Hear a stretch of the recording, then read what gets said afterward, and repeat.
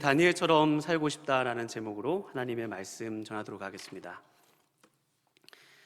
다니엘이라는 사람은 그리스도인들에게 믿음의 모델로 불려지기도 합니다. 그래서 세상 속에서 성공한 그리스도인의 모델로 비춰지기도 하고요. 수험생들에게는 지혜자로서 어떻게 하면 지혜를 얻어낼 수 있는지 다니엘의 믿음을 본받으라고 종종 소개받습니다. 그래서 그런지 시중에 도는 책을 보면 다니엘과 관련된 그런 책들이 많이 있는 것을 볼 수 있습니다. 다니엘의 믿음은 오늘날 세상을 사는 그리스도인들에게 경쟁에서 승리하려면 다니엘처럼 믿음이 있어야 한다는 등의 오해를 받는 그런 인물입니다. 이런 다니엘의 믿음을 표현한 대표적인 말씀이 오늘 여러분과 제가 읽은 다니엘서 1장 8절의 말씀입니다. 여러분과 제가 다시 한번 읽어볼까요? 1장 8절 다시 한번 읽어보겠습니다. 시작. 다니엘은 뜻을 정하여 왕의 음식과 그가 마시는 포도주로 자기를 더럽히지 아니하리라 하고 자기를 더럽히지 아니하도록 환관쟁이에게 구하니. 여기 이 말씀이 오늘 다니엘의 믿음의 아주 대표적인 말씀입니다. 많은 사람들이 다니엘처럼 살고 싶다, 나도 다니엘처럼 되고 싶다고 할 때 이 다니엘의 믿음을 오해하는 이유는 이 오늘 본 말씀을 정확히 어떤 말씀인지 그 의미를 모를 수도 있습니다. 또 이 다니엘의 이 고백을 할 때 다니엘이 처한 상황에는 몇 가지가 있죠. 역사적인 상황도 있을 수 있고 또 개인적인 그런 상황도 있을 수 있습니다. 상황을 좀 빼고 이 말씀만 해석할 때 잘못 해석하고 또 이끌어낼 수 있습니다. 특별히 오늘 본문 말씀에서 오늘 여러분과 제가 보면 다니엘이 나는 더럽히지 아니하리라는 그 말씀이 있습니다. 오늘 이 한 시간 동안에 이 더럽히지 아니라는 말씀이 다니엘이 어떠한 의미에서 이 말을 했는지 같이 살펴보고 다니엘의 믿음이 어떠한 믿음이었는지 살펴보고 여러분과 저에게 귀하게 적용되는 시간 되실 수 있기를 주님의 이름으로 축원드립니다. 다니엘과 함께 하셨던 그 하나님이 동일하게 나와 함께 하시는 것을 발견하실 수 있는 그런 귀한 시간 되시기 바랍니다. 먼저 이 다니엘의 처한 상황을 먼저 좀 살펴보려고 그래요. 그래서 읽지는 않았지만 사실 오늘 본문은 1장의 어떤 전체적인 내용 중에서 8절 9절의 내용을 압축해서 나누고자 하는 것입니다. 그래서 제가 이것을 이해하기 위해서 1장의 내용을 몇 가지 좀 인용을 하려고 합니다. 상황을 보면 다니엘서 1장 2절에서 어떤 일이 일어나냐면요, 바벨론과 느부갓네살을 유다의 징계독을 하나님이 사용하십니다. 기원전 605년경에 바벨론 왕 느부갓네살 왕이 이 갈그미스 전투라는 곳에서 애굽 왕 느고 2세를 크게 이겼습니다. 그 당시 이 팔레스타인과 밑에 있었던 애굽과 또 그 위에 있었던 메소포타미아 이 지역은 힘의 균형을 놓고 다투었습니다. 그 길이 바로 그 한 길목이 이스라엘 땅이었습니다. 그러니까 바벨론과 애굽이 힘의 세력을 가지고 다투고 있었던 그런 때입니다. 그런데 605년에 바벨론 왕 느부갓네살이 느고 2세를 이김으로써 이 힘의 균형이 이제 갈대아 바벨론으로 쏠리게 되었고, 이때 느부갓네살 왕이 예루살렘 성을 공격합니다. 그 당시 왕이었던 여호야김과 또 하나님의 백성들인 유다 자손들 일부, 다는 아니고요, 일부와 또 2절 말씀에 보면 성전 그릇 얼마를 가지고 갑니다.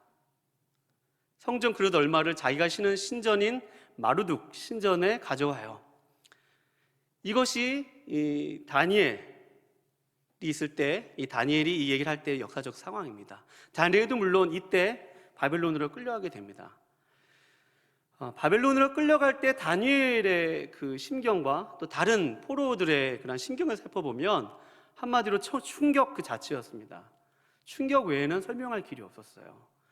단순히 포로로 끌려가서 몸이 고생하고 자신의 안전이 어떻게 될지 마치 그거는 2차적인 문제이고, 자신이 지금까지 믿어왔던 모든 것들이 한순간에 송두리째 없어지고 부서지고 희미해지는 그런 일이 벌어진 것입니다. 그것은 성전 기물들이 아까 마르둑 신전에 유린당했다고 그랬죠.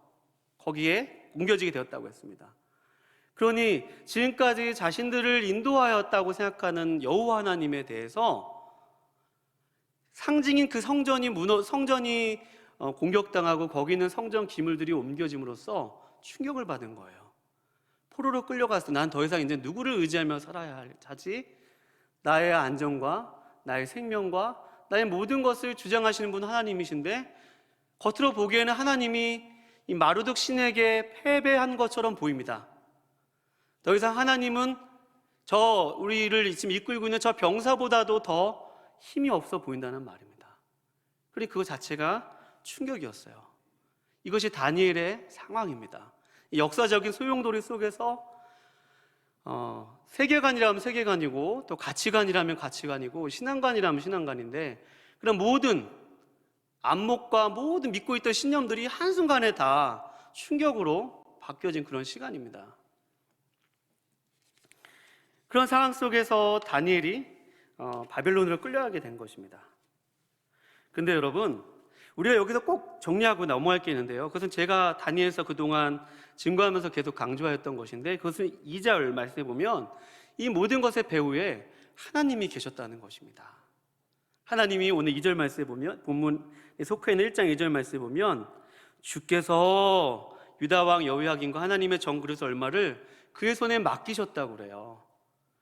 그러니까 느부갓네살 왕이 힘이 세서 그의 군사력이 강해서 단순히 이런 일이 일어난 것이 아니라 하나님이 그렇게 계획을 하셨고 그 계획이 하나님의 구속사의 큰 계획 속에서 이것이 지금 성취되고 있는 그 순간입니다. 그런데 그것을 겪고 있는 사람들은 잘 모르죠. 포로들은 그것을 잘 모른다. 훗날 이제 다니엘이 이런 말씀들을 쓰고 또 에스겔이 그발 강가에서 이 포로됨의 의미가 무엇인지 옆에서 선포해주고 그런 메시지를 들을 때만이 그래서 우리가 포로로 끌려왔구나라는 것을 알게 되지만 정작 포로로 끌려갈 때 그 상황만큼은 충격이었다는 것입니다. 우리가 여기서 이를 통해서 잠깐 알 수 있는 것이 있습니다. 그것은 우리가 당하는 일들 중에는요 하나님이 함께 계시지 않는 것처럼 여겨지는 일들도 종종 있다는 것입니다. 하나님이 함께 계시지 않는 것처럼 보이는 일들도 있다는 얘기입니다. 갑자기 불어닥친 가정과 사업장의 그런 어떤 위기들, 또 건강상의 어려움, 또 아무리 기도해도 잘 응답되어지지 않는 그런 나의 개인적인 일들, 마치 하나님이 저기 있는 저 바벨론의 한 병사보다도 칼끝보다도 더 힘이 없어 보이는 그런 우리가 현실 살 때도 있다는 말입니다. 그런데 여러분, 참새가 하나사리온에 팔리는 것, 그 다음에 우리가 안고 일어서는 것, 우리의 모든 것, 우리 이번 주에 저녁 예배 때 너무 은혜로운 말씀 들었잖아요. 우리를 어떻게 지키신다고 그래요? 뭐처럼? 눈동자같이. 제가 너무 많이 은혜 받았고 눈동자에 비친 모습처럼. 저는 눈이 작아서 눈동자에 상대방의 얼굴이 보일지 모르겠으나 하나님이 그렇게 우리를 지키고 계세요. 우리가 잘 느끼지 못할 뿐입니다. 하나님의 주권과 섭리를 벗어나는 일은 절대 일어날 수 없다는 이야기입니다. 훗날 되돌아보면 그때 그래서 그랬었구나, 이 퍼즐이 하나씩 맞춰져 가는 것입니다. 계속해서 말씀을 보면 이 다니엘의 상황은 그런 상황입니다. 포로로서 하나님이 계시지 않는 것 같은 그러한 곳에서 낯선 땅에서 살아야만 하는 그런 다니엘의 현실이 있었습니다. 여러분과 저의 현실도 좀 비슷하죠? 바벨론 왕 느부갓네살이 이 사로잡은 유다 청년들에게 독특한 그런 프로그램을 진행합니다. 일명 개조 프로그램인데요. 그것은 이제 4절과 5절, 7절에 걸쳐서 그러한 내용들이 소개되어 있습니다. 이것을 간략하게 소개를 드리면 4절 말씀에 보면 흠이 없고 용모가 아름다운 청년들을 선발하였다라는 말씀이 있습니다. 이것은 어떻게 해석할 수 있냐면요, 레위기 21장 17절에서 24절 말씀에 보면 하나님께 제물을 드려 나간 사람은 흠이 없어야 된다고 합니다. 여호와께 드리는 제물도 흠이 없어야 하죠. 번제를 드리거나 속죄제를 드리거나 화목제를 드리거나 어떠한 제물도 흠이 있어서는 안 됩니다. 근데 오늘 이 느부갓네살이 흠이 없는 오늘 본 말씀 보면 본문에 속한 4절에 보면 흠이 없고 용모가 아름다운 그 유다 그 청년들, 소년들을 뽑았다는 것은 이 하나님을 따라 흉내낸 것입니다. 저들을 나의 재물처럼 나의 종으로 삼겠다는 것입니다. 그리고 또 4절 말씀에 보면 갈대아 사람의 학문과 언어를 가르치게 하였다고 그랬죠. 이들은 훗날 바벨론의 지혜자로 선발되어지는데요. 이 바벨론의 지혜자들이 하는 일은 이 마르둑 신의 점괘를 내는 사람들입니다. 이 별의 개수와 이 점성술을 통해서 또 어떤 마르둑 신과의 그런 접신 또 이런 것들을 통해서 전쟁에 대한 그런 점괘를 내는 사람들이 바벨론의 지혜자들입니다. 이런 학문을 가르친 것입니다. 그리고 5절 말씀에 보면 왕이 지정한 포도주와 음식을 3년 동안 먹게 하였다고 했습니다. 이 부분은 뒷부분에도 자세하게 볼 텐데요. 그리고 7절 말씀에 보면 이름을 고치는 일들을 하였죠. 그래서 다니엘은 벨드사살이라 하고 하나냐는 사드락이라 하고 미사엘은 메삭이라 하고 아사랴는 아벤누고라고 했습니다. 이건 한마디로 요약하면 하나님의 이름이 들어간 그들의 이름 속에서 느보 또 마르둑과 관련된 이름을 넣어서 그들의 인생의 방향을 마르둑에게 향하도록 한 것입니다. 바벨론화하는 그 작업 중에 하나가 그들이 더 이상 하나님 중심적으로 사는 사람들이 아니라 바벨론의 신 마르둑 중심으로 사는 삶의 의미로 이름을 바꾸는 작업을 하였습니다. 이렇게 바벨론 느부갓네살 왕이 사로잡아온 유대 청년들의 개조 프로그램을 실시한 이유는 그들을 하나님이 종이 아닌 자신의 종으로 삼기 위함인 것을 알 수 있습니다. 자신에게 충성할 새로운 삶의 방식과 정체성을 주의시키고 체화시키고자 하는 것이죠. 그런데 다니엘이요, 이것을 보면 이 몇 가지는 수용을 합니다. 다 거부한 게 아니에요. 예를 들어서 갈다의 학문을 배운다든지 그다음에 이름을 고치는 것에 대해서는 수용을 합니다. 다 수용을 해요. 우리도 보면 세상 속에 살면서 이 지켜야 될 신앙의 마지노선이 있잖아요. 어느 정도는 이 정도는 우리가 복음 안에서 자유할 수 있지만 우리가 뭐 어쩌다가 술 한잔 먹는다고 해서 그것 때문에 지옥 가는 건 아니잖아요. 근데 우리가 술을 안 먹는 이유는 또 어떤 분에게는 술을 안 먹는 게 굉장히 큰 신앙의 문제일 수도 있고 어떤 분에게는 그것이 정말 중요하지 않은 문제일 수도 있거든요. 중요한 것은 그것이 신앙에서 포기할 수 없는 그런 마지노선이 있다는 거예요. 사람마다 다 다르죠. 그런데 다니엘에게 있어서는 오늘 본 말씀 8절, 제가 오늘 이 한 구절을 집중적으로 보기 위해서 쭉 살펴보고 있습니다. 설명이 오늘 좀 길 거예요. 8절 말씀에 보면 그 앞에 것 2개는 수용하였는데 다니엘이 수용 못한 것이 있습니다. 그것은 왕의 음식과 그가 마시는 포도주로 자기를 더럽히지 아니하리라 라고 했습니다. 왕이 준 음식과 포도주로 자기를 더럽히지 아니라고 했어요. 그러니까 다니엘이 지키고자 했던 믿음의 순결, 내가 포기할 수 없는 것, 내가 더럽혀지지 아니리라고 하는 분명한 한 가지가 있었는데 그것은 왕이 지정한 음식을 먹지 않는다는 거였습니다. 뭘까? 이 왕이 지정한 음식이 뭐였기 때문에 이 다니엘이 그토록 먹지 않으려고 했는 것일까? 뭐 몇 가지 이제 제가 그것을 살펴볼 것인데 다니엘의 심정을 잠깐 살펴보면 뜻을 정하다는 말은 7절에 이름을 고치다라는 말과 같은 어원을 사용합니다. 히브리어에서. 그러니까 바꾸고를 나는 뜻을 정해서 바꾸지 않겠다라는 그 히브리어를 같은 말을 사용하거든요. 그러니까 앞에 있었던 일련의 사건들과 다 관련 있는 것을 알 수가 있습니다. 왕이 했던 그 개조 프로그램을 나는 뭔가를 하지 않겠다고 하는 저항의 의미가 뜻을 정하다는 의미에 있습니다. 근데 그 뜻을 정하여서 더럽히지 않는다는 것이 무엇인가? 첫 번째로 우리가 2-3가지 살펴볼 텐데요. 그렇다면 이것이 음식의 율법의 음식 규정 때문인가? 라는 것을 한번 점검해 볼 필요가 있습니다. 레위기 11장에 보면 속되고 그다음에 부정한 짐승들에 대해서 나오잖아요. 먹어야 될 짐승과 먹지 말아야 될 짐승, 뭐 굽이 갈라졌다거나 뭐 새김질하거나 뭐 어쨌든 먹어야 되는 음식과 먹지 말아야 될 음식이 쭉 음식 정결이 나오는데 그런 음식 때문에 고기를 먹지 말라는 것인가? 라고 우리가 이렇게 생각해 볼 수 있습니다. 아, 다니엘이 율법을 지키기 위해서 자신을 거룩하게 하기 위함이었구나 라고 얼핏 보면 그렇게 생각할 수도 있습니다. 그런데 16절 말씀에 보면 16절 말씀, 12절 죄송합니다. 12절 말씀에 보면 청하오니 당신의 종들을 열흘 동안 시험하여 채식을 주어 먹게 해달라고 그래요. 그러니까 왕이 지정한 음식 중에 다 안 먹은 게 아니라 채식은 먹었다는 거예요. 그러니까 이것이 율법 규정과 관련되지 않은 것임을 알 수가 있어요.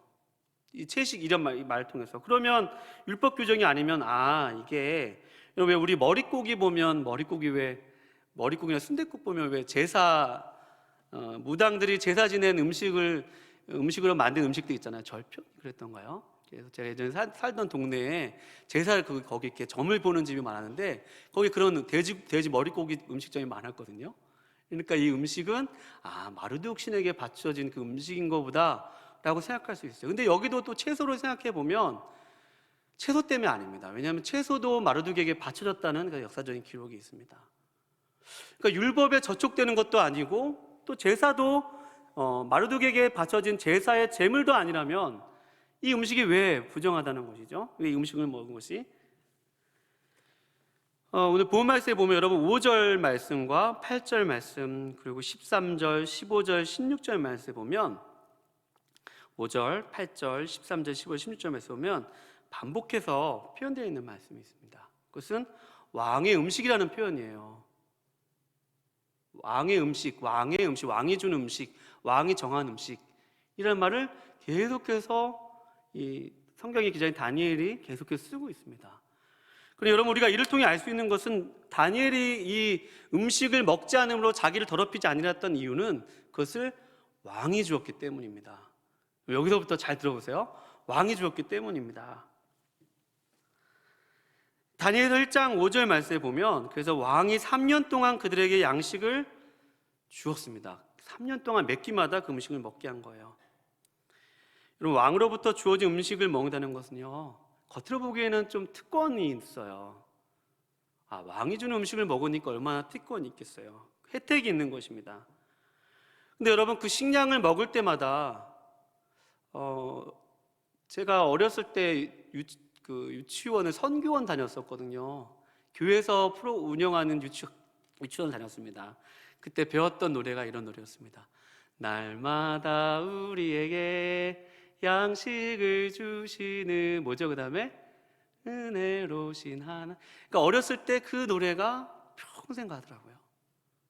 양식은 하나님 주시는 거구나. 그러니까 느부갓네살이 그렇게 지정한 음식을 3년 동안 먹는다는 것은 양식을 먹을 때마다 그 양식을 먹는 사람들이 이것은 왕이 하사한 음식이다라고 하는 그 얘기를 들으면서 이 포로된 신분을 가진 그 사람들이 스스로의 힘으로 조금 더 음식을 얻을 수 없을 텐데 포로된 그들이 왕이 주는 음식을 먹음으로써 생명을 연장하고 있는 것입니다. 생명을 연명하고 있는 거예요. 그러니까 왕이 지금 이 포로들을 먹이고 있다는 것을 포로들이 이 3년이라는 시간 동안에 철저하게 훈련받고 있는 것입니다. 이 얘기가 다니엘서에 보면 다른 문맥에서 다 여러 가지로 쓰이는데 다니엘서 4장 말씀에 보면 제가 지난번에 말씀드린 그런 부분을 보면 다니엘서 4장 11절에서 12절 말씀에 보면 이런 말씀이 있습니다. 그 나무가 자라서 견고하여 지고 그 높이는 하늘에 닿았으니 그 모양이 땅끝에서도 보이겠고 그 잎사귀는 아름답고 그 열매는 많아서 만민의 먹을 것이 될 만하고 들짐승이 그 그늘에 있으며 공중에 나는 새는 그 가지에 깃들이고 육체를 가진 모든 것이 거기에서 먹을 것을 얻더라. 거기에서 먹을 것을 얻더라 라고 고백하고 있습니다. 그러니까 바벨론 왕이 땅 하늘 끝까지 높이 된 그런 강대국이 되었는데 그 바벨론 왕 아래에 있었던 모든 사람들이 바벨론이 주는 그 양식을 먹더라 라고 표현한 것입니다. 새와 공중의 새와 들짐승들이 그 나무에 깃들어서 먹더라 라고 표현한 것입니다. 그러니까 다니엘 4장 12절에 알 수 있듯이 느부갓네살의 절대 권력은요 많은 사람을 먹이는 존재로 표현하고 있습니다. 그러니 여러분, 느부갓네살의 이 개조 프로그램 3년 동안에 이 유다에서 끌려온 이 청년들은 철저하게 그들이 왕을 의지하지 않고는 살아갈 수 없다는 것을 배울 수밖에 없는 거예요. 다니엘이 왕이 지정한 음식을 먹지 않고 채소만 먹으려 했던 것은 그 기름진 음식을 먹지 않음으로써 그 음식을 내가 먹지 않아도 나의 생명과 호흡을 주장하시는 분은 하나님이시다라는 것을 고백하고 있는 것입니다. 할렐루야. 느부갓네살이 모든 포로들에게는 다 하나님처럼 보이는 그런 상황입니다. 느부갓네살 왕의 그 명령을 거절할 수가 없어요. 얼마나 좋아요. 맛있는 산의 진미를 다 갖다 주면서 먹으라고 하는데 그것은 먹을 음식을 먹지 않는 사람이 이상한 것이요, 먹는 사람은 지극히 당연한 거고 평범한 것입니다. 그런데 오늘 본문에서 이 다니엘과 세 친구들만 뜻을 정한 거예요. 이거 음식을 먹지 않겠다고, 내 몸을 더럽히지 않겠다고. 이것이 왜 더럽히지 않는 정결과 관련되어 있죠? 이것이 이 다니엘서 전체에 다르게 표현되어 있는데요, 다니엘서 11장에 보면 다니엘이 예언한 부분이 나옵니다. 뒷부분에 가면 다니엘의 예언이, 이 북방왕에 대한 예언이 나오는데, 이 북방왕이 이스라엘 사람들을 굉장히 핍박을 가합니다. 성전을 더럽히고 사람들로 하여금 회유 정책을 핍니다. 나를 잘 따르면 내가 준 부와 권세를 받고 내가 준 음식을 잘 먹으면 너희들이 나와 잘 지내지만 그렇지 않으면 그들을 못 살리겠다는 왕의 엄연한 명령이 있습니다. 그래서 다니엘서 11장 35절 말씀에 보면, 여러분들도 뭐 찾으실 수 있으면 찾으셔도 됩니다. 다니엘서 11장 35절 말씀에 보면 이런 말씀이 있습니다. 그렇게 해서 그것을 거부한 사람들, 저항한 사람들은 이렇게 되고 있어요. 연단을 받아 정결하게 되며 희게 되는 자들도 있다 라고 표현됩니다. 그러니까 왕의 음식을 먹지 않는 사람들이 정결하게 되는 사람이라고 이야기하고 있어요. 이런 사람들은 다니엘서 12장 10절 한 장 넘기면 다니엘서를 마무리하면서 이런 말씀이 있습니다. 다니엘서 12장 10절 말씀에 보면, 많은 사람이 연단을 받아 스스로 정결하게 되며 희게 될 것이나 라고 얘기하고 있죠. 그러니까 왕의 절대 권력 앞에서 그 권력이 자신의 생명을 주장한다는 것을 인정하지 않고 하나님을 인정하는 사람, 하나님을 도저히 인정할 수 없는 그 상황에서 하나님을 인정한 사람들에게는 연단을 따른다고 그래요. 그 저항 때문에. 그런데 그 연단 때문에 그들이 오히려 정결하게 된다고 이 다니엘서 결론과 같이 이야기를 합니다. 그러니 여러분, 다니엘서에서 오늘 여러분들이 정확히 알 수 있는 것은, 다니엘이 뜻을 정하여 왕의 음식과 그가 마시는 포도주로 자기를 더럽히지 아니하리라. 더럽히지 않음은, 그것은 바로 왕의 절대 권력보다 크신 하나님이 더 힘이 세시고 능력 많으신 것을 인정하는 것이 그에게 있어서 가장 중요한 정결이었으면 여러분 믿으시기 바랍니다. 그것이 그에게 있어서 더럽히지 않는 것이었어요. 여기에 대한 근거가 성경의 곳곳에 떠 있습니다. 열왕기하 25장 27절서부터 37절 말씀에 보면, 이것은 훗날 바벨론 왕 느부갓네살이 죽은 후에 바벨론 왕 에빌므로닥에게 여호야긴이 끌려갑니다. 여호야긴이 포로로 끌려가는데, 거기서 그가 29절부터 30절 말씀에 보면, 그가 일평생에 항상 왕의 앞에서 양식을 먹게 하였고 라고 얘기해요. 그러니까 여호야긴 왕이 바벨론 왕 에빌므로닥 앞에서 그가 주는 양식을 먹으면서 평생 지냈다고 합니다. 그리고 30절 말씀에 보면, 그는 여호야긴이죠. 여호야긴, 그가 쓸 것은 날마다 왕에게 받는 일정한 양이 있어서 종신토록 끊어지지 아니었다고 합니다. 그러니까 포로들 중에 일부는 왕은 유다 왕이잖아요. 유다 왕이 이 포로로 끌려가서 왕이 주는 하루에 일정한 양을 먹으면서 생명을 연장하고 그렇게 지냈다는 말입니다. 다 그렇게 지냈다는 얘기예요. 포로들 중에 이 왕도 그렇고, 또 일부는, 또 그 중에 또 어떤 사람들 그렇게 지내지 않은 사람도 있었지만, 자신의 노동으로 인해서 척박한 땅에 살았던 포로들도 있었지만 오늘 본문에서 다니엘이 자신을 더럽히지 아니라는 것은 바로 이렇게 왕보다 하나님이 더 크시다는 것을 인정했다는 것입니다. 여러분, 우리가 여기서 알 수 있는 것은요, 우리가 이처럼 은혜 하나님 앞에 하나님을 인정하면요, 오늘 본 말씀 9절 말씀 다 함께 한번 읽어볼까요? 9절 다 같이 한번 읽어보도록 하겠습니다. 시작. 하나님이 다니엘로 하여금 환관장에게 은혜와 긍휼을 얻게 하신지라. 할렐루야. 얼마나 귀한 말씀이에요. 우리가 살아가는 현실이 이 포로와 같아서 만만치 않은 상황입니다.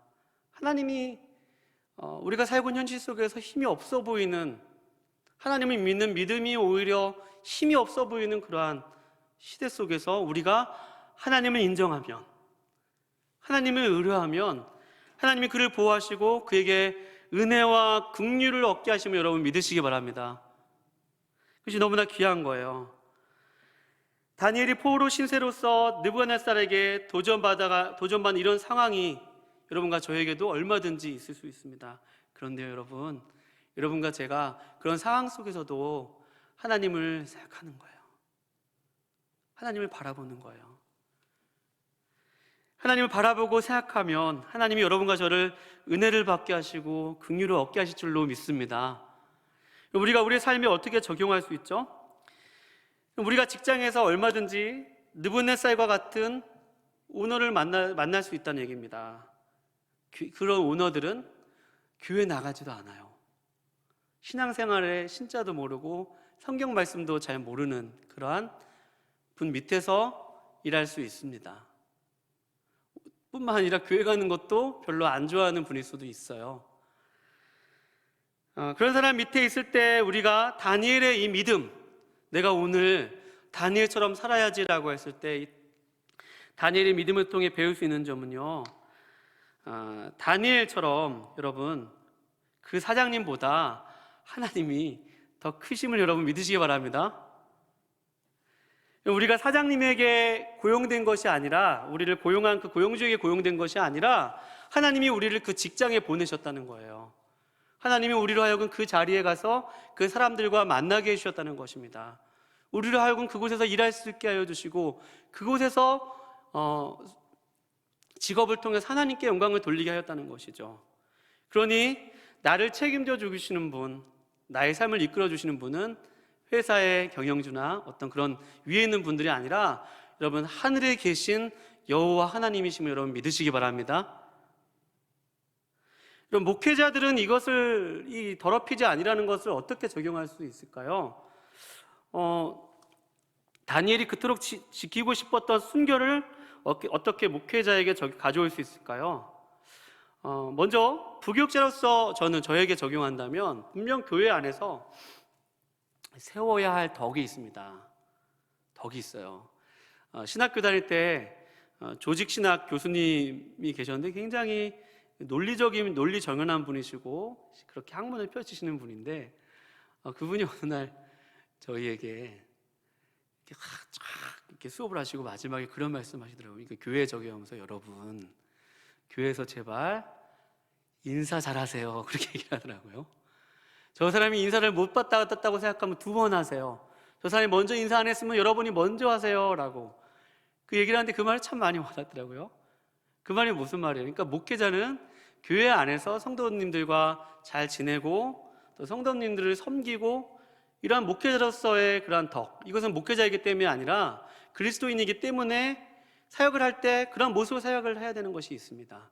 그런데 목회자는 그런 분명 위치가 있고 덕이 있지만 오늘 본 말씀을 통해서 안다면 만약에 우리가 이 목회자인 저희들이 이건 목사님이 또 여러 번 강조하셨는데 고용된 사람이라고 우리가 여겨진다면 그때 문제가 많이 달라진다는 것이죠.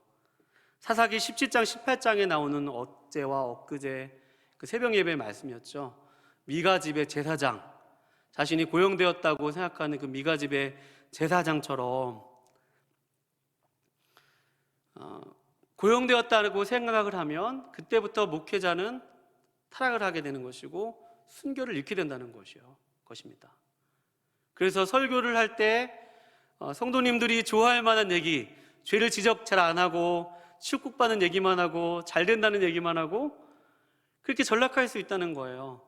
특별히 가정이 있는 젊은 목회자인 저희들은 오늘 이 다니엘의 이 더럽히지 아니라는 이 순결을 정말로 뼈저리게 저는 와닿았어요. 평생 목회하면서 오늘 다니엘처럼 살아야지, 날마다 생각을 해야겠다. 나를 부르신 분은 여러분을 비하는 것이 아니라 여러분들이 아니고 성도님들이 아니고 하늘에 계신 하나님이 나를 부르셨구나, 나를 하나님이 부르셨구나, 나는 그런 사람이구나 하는 것을 늘 되새길 것입니다. 여기 계신 동역자분들도 그렇게 되실 수 있기를 축원드립니다. 여러분, 얼마든지 우리가 적용할 수 있어요. 우리에게 양식을 주고 우리에게 인사권을 가지고 생존권을 가지고 있는 사람들보다 하나님이 더 크시다는 것을 우리가 이 다니엘의 믿음을 통해서 얼마든지 적용할 수 있다는 이야기입니다. 그런데 우리가 살아야 하고 살아내야 하는 현실이 그렇게 만만치는 않다는 것입니다. 다니엘처럼 믿음의 순결을 지키려면 그렇게 간단한 것은 아니에요. 다니엘이 오늘 이렇게 더럽히지 아니하리라 라고 하기 위해서 그가 저항을 뚫고 나가야만 했습니다. 반대에 부딪혀야만 했습니다. 그럼 여러분, 우리가 여기서 또 한 가지 이끌어낼 수 있는 그런 해석이 있어요. 그것은 우리가 삶의 현장 속에서 어떤 믿음의 순결을 지키려고 할 때, 여호와 하나님을 인정하려고 할 때 저항에 부딪히게 된다는 것입니다. 저항에 반드시 부딪히게 된다는 거예요. 처음 가는 직장인데 주일 성수를 못하게 한다든지, 그 다음 또 결혼을 했는데 또 어떤 믿지 않는 부모님이라든지 또 친척들을 통해서 어떤 저항에 부딪힌다는 거예요. 근데 여러분들이 그런 저항이 있을지라도 우리가 다니엘 통해서 알 수 있는 것은, 그래, 하나님의 은혜를 위해서 뭐 한두 가지는 그래도 내가 자유할 수는 있다. 그러나 여러분, 분명하게 꼭 지켜야 되는, 이것을 넘어가면 나의 신앙의 양심, 하나님의 살아계신 것을 부인하는 그런 문제라면 어떠한 저항이 있을지라도 하나님을 생각하고 그 믿음을 지켜내실 수 있기를 거룩하신 주님의 이름으로 축원드립니다. 축원드립니다. 저희 집이 예전에 과독이었어요. 저희 아버님을 통해서 우리 일가 친척들에게 복음이 들어갔고 형제들이 다 예수를 믿게 되었는데, 할아버지도 성결 교단의 권사님이셨어요. 그런데 이 유대교와 기독교가 혼합되어가지고 또 아직 예수를 믿지 않는 그 형제분들이 있어서 예배를 드리는데 거기에 그 음복도 하고 제사상도 차리는 거예요. 그러니까 저희 가정 같은 경우에는 완전히 복음화된 가정이고 장남이었음에도 불구하고 믿지 않는 형제들이 많아서 그것을 일정 기간 동안 허용할 수밖에 없는 그런 기간들이 있었습니다. 근데 이제 할아버지가 돌아가시고 저희가 많은 것들을 포기하는 그런 과정들을 통해서 이제는 우리가 예배 때 더 이상 음식을 차리지 않겠습니다라고 형제들에게 얘기해도 그것이 먹힐 때가 있었다는 거예요. 처음부터 그렇게 되지 않았으나 어느 때가 되니까 이제 더 이상 음식도 차리지 않고 온전하게 하나님께 예배할 수 있었습니다. 그러니 여러분과 제가 삶을 살아가면서 꼭 지켜야 할 것들이 있다면 그것이 저항이 부딪힐 때 마지막 노선은 꼭 붙잡으실 수 있기를 거룩하신 주님의 이름으로 축원드립니다. 그러려면 많이 양보해야 돼요. 많이 섬겨야 합니다. 저는 오늘 그렇게 다니엘처럼 살고 싶은 그런 마음이 있습니다. 또 이 마지막 노선이 어떤 분들에게는 주의 성수의 문제가 될 수 있고요, 또 어떤 분들에게는 그것이 정직과 관련된 문제일 수도 있습니다. 근데 여러분, 주의 성수, 정직 이런 표면적인 게 문제가 아니라 그런 것 이면에 계신 하나님이 그것보다 더 크시다는 것이 우리가 신앙의 순결을 지키는 귀한 믿음의 내용임을 여러분 확인하시기 바랍니다. 여러분, 우리가 세상에서 이렇게 오늘 다니엘처럼 살기 위해서 나를 더럽히지 아니려는 이런 믿음, 그것은 하나님을 신뢰하고 또 하나님을 따르고 나의 삶을 책임져 주시는 분이 하나님이시지, 나의 삶을 이끌어 보신 분은 여호와 하나님이셔. 그 믿음이 여러분과 저로 하여금 깨끗한 삶, 정결한 삶, 거룩한 삶으로 인도하심을 믿고, 그렇게 하나님을 인정할 수 없는 그런 삶의 현실을 지날지라도 오늘 다니엘과 함께 하셨던 그 하나님, 다니엘에게 은혜와 긍휼을 얻게 하신 그 하나님을 생각하면서 여러분과 제가 오늘 하루를 다니엘처럼 살아가실 수 있기를 거룩하신 주님의 이름으로 축원드립니다. 기도하시겠습니다.